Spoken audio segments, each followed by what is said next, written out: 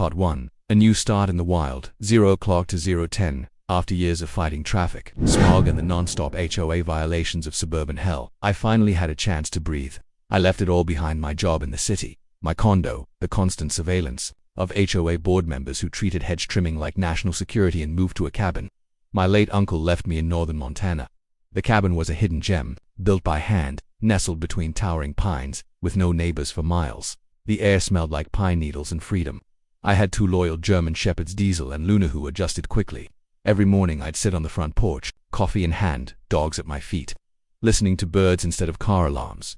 The local town was 15 miles away, small, quiet, and friendly. No one cared what kind of fence you had or how you parked your truck. I thought I'd finally escaped the madness. I was wrong. Part 2. The first encounter. 0:10 to 0:20. It began innocently, or so I thought. One sunny morning, a white BMW SUV rolled slowly up my dirt road, stopping right at the private property no trespassing sign. The driver ignored it. Out stepped a woman I'd never seen before, dressed like she'd just come from a country club. Expensive glasses, pearl necklace, pastel sweater tied around her shoulders. She had that look, tight-lipped, eyes narrowed, like the world was always one inconvenience away from needing to speak to the manager. Her name was Margot Rensley, but I'd soon know her by a more fitting title, HOA Karen. She walked up my porch, like she had every right to be there. "You the new owner?" she asked, glancing at the cabin like it personally offended her. I nodded, cautious. She frowned. "This property technically borders the Maple Pines HOA jurisdiction." I blinked. "Technically, I'm not part of any HOA." She waved her clipboard. "You might not be officially, but your activities are impacting our community.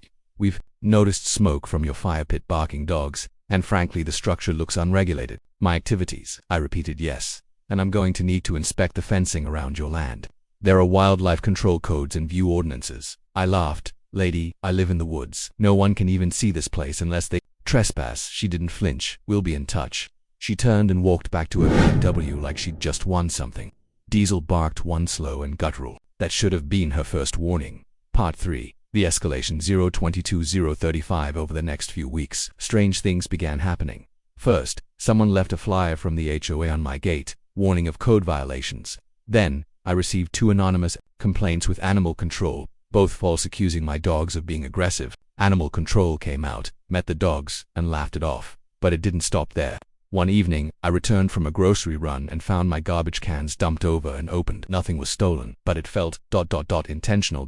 Then Karen returned. This time she had another woman with her same style, same smug look. They didn't even knock. I stepped outside to find them walking around my yard, taking photos with their phones. "Hey," I shouted, "what do you think you're doing?" Karen didn't even turn around. "Just documenting violations for what HOA?" I demanded. She smiled without warmth. "For hours we're filing a community impact petition. You're affecting the value of neighboring homes."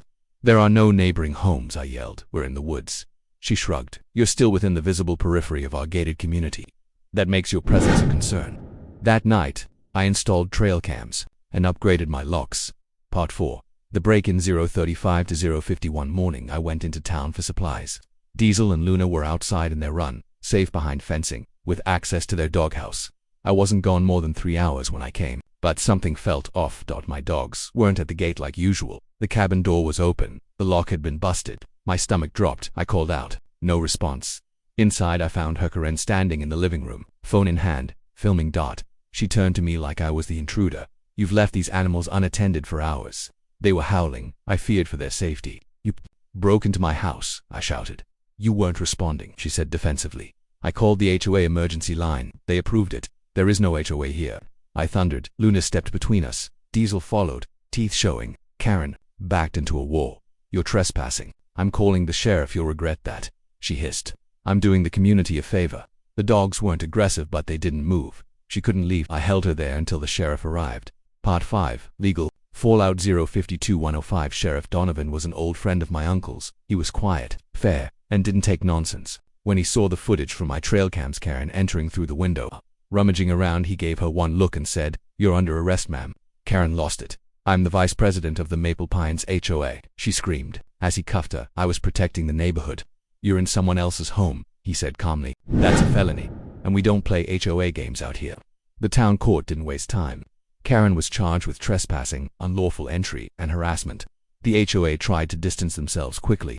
A formal letter was sent apologizing for her unauthorized conduct. Her lawsuit, yes, she filed one, was laughed out of court. I learned from locals that she'd been a menace for years, filed noise complaints on cows, tried to get a logging road rerouted because it spoiled the view. One woman swore Karen once demanded a man trim pine trees in the forest because they blocked the sunset. Now she was finally facing consequences. Part 6. Aftermath and Revenge 105 to 125. After the trial, I kept the trail cam footage and made a compilation video. I titled it, HOA Karen Breaks Into My Cabin Gets What's Coming. It went viral on Reddit. People couldn't believe the audacity. One commenter even recognized her from a different state. Apparently, Karen had been a HOA problem elsewhere. 2. The Maple Pines HOA board removed her permanently. She was forced to resign and fined for misusing community resources. Meanwhile, I received emails from strangers thanking me. Turns out I'd become something of a folk hero among people who'd been harassed by entitled HOA members. A local journalist even ran a feature on the Cabin Karen incident. Karen moved away. Rumor says she relocated to Arizona. I pity her new neighbors. Part 7. Peace restored 125 to 130 today. Life is quiet again. I walk with Diesel and Luna along the stream. We sit on the porch and watch deer pass through the trees. No more SUVs, no more clipboards, no more fake code violations, but the signs remain. Private property. Trespassers will be prosecuted. And now they mean something. The cabin is mine. The peace is mine. And the dogs, they're heroes in my book. Sometimes, when the wind blows just right and the fire crackles, I swear I can still hear Karen's voice screaming from the sheriff's SUV. It makes the stars shine a little brighter.